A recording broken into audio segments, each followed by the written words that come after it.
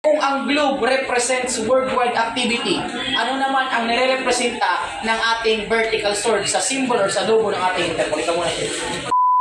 Magtatanong mo din tayo ng mga criminal topics sa ating mga future criminologists, but the issue of the video is at least nakatulong tayo sa ating mga followers as well as na-refresh yung mga knowledge nila. Gawin tayo mga tol. Bagay, pakilala mo ito. Ako na si James Paspas. Okay, sige. So ito yung unang katanungan natin. So punta tayo sa ating law enforcement investigation at saka punta tayo sa ating mga fences, no? Sa fences natin, meron tayong solid at full view fence. At yung ating full view fence ay meron naman siyang klase. Now, ang tanong ko sa inyo, pag sinabi kasi nating barbed wire fence, ito ay isang klase ng full view fence which is semi-permanent structure.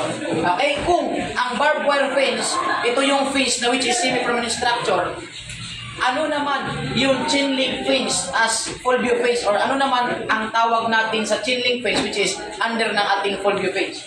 Ano tawag natin doon? Permanent structure. Permanent structure. Okay, so that is correct. So tandaan natin, ang ating fences, meron dalawang klase, solid at full view. Pag solid fence, ito yung pagkakataon na which is yung ating site is being denied. Ibig sabihin, hindi makapasok yung ating paningin, solid fence yun.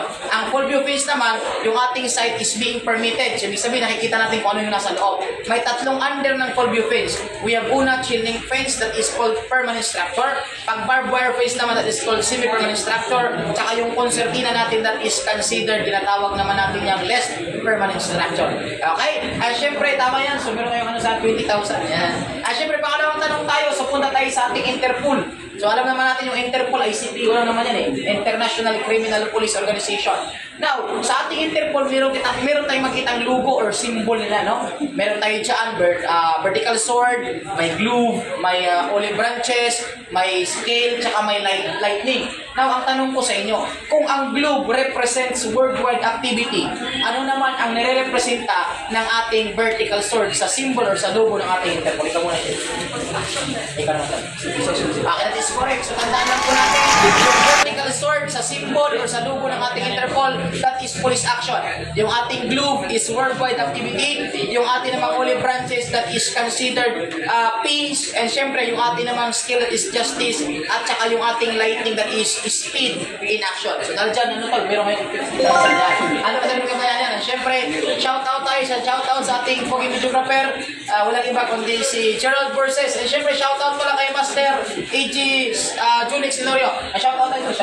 Shoutout ko sa akong mga kabatch na sa PCB team. Sa pati sa pamilya. Shoutout sa mga students sa PCB team, mas especially sa mga team kasi mga Ayan, so thank you so much. Yes.